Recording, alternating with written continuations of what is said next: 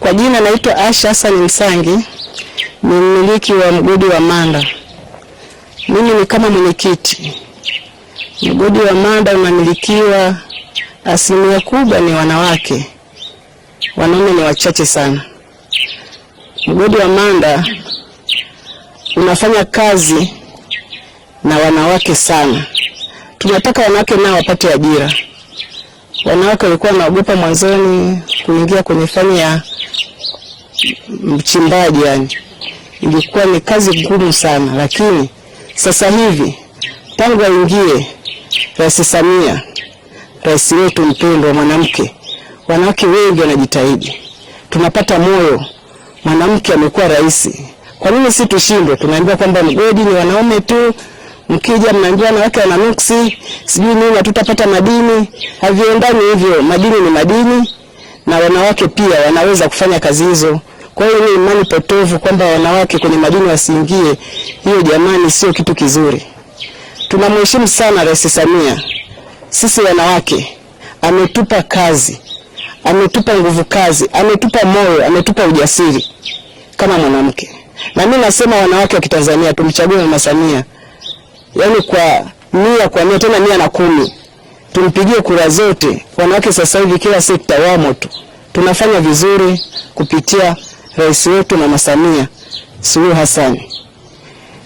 Mgodi wa Manda umeanzishwa 2001. Huku kwingine tulikuwa tunahangaika tuna maduara ya watu, lakini tukaona kama wanawake tujiunge kwa pamoja, tuanzishe mgodi, tukaanzisha mgodi wa Manda. Kwa hiyo tukaingiza wanaume wachache tu ili watusapoti katika kufanya kazi za huko kuingia ndani ya maduara. Lakini usimamizi karibia wote, tuna wanawake kama 25 wanawake tu wanaosimamia mgodi wa Manda. Kwa hiyo mgodi wa Manda una mafanikio kiasi chake. Kwa majina naitwa Wilson Marias Lukui, ni mmoja wa wafanyakazi wa Manda Gold Mine. Kupitia mgodi huu wa Manda Gold Mine ambao unaendeshwa na mwanamama Asha Msangi, sisi kama wafanyakazi tumeweza kufanya mambo mengi ya msingi ya kimaendeleo. Tumekuwa tukisomesha watoto kupitia mgodi huu, lakini pia tunaendesha familia zetu kupitia mgodi huu. Tunajenga, tunanunua vyombo vya usafiri na maendeleo mengine mbalimbali kwa sababu ya juhudi na jitihada ambazo zinafanywa na mama huyu Asha Hassan Msangi. Lakini pia tunaiomba serikali ya awamu ya 6 kupitia mama yetu Mama Samia azidi kutusaidia kutupatia utaalamu wa kuweza kuyachimba madini yao, kwa sababu kuna wakati inakuwa ni changamoto sana kuweza kubaini ni wapi miamba inapita kwa sisi wachimbaji wadogo.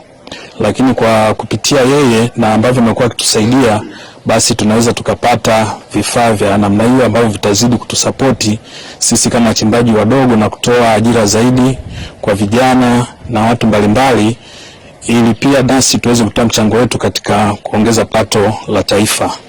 Asante.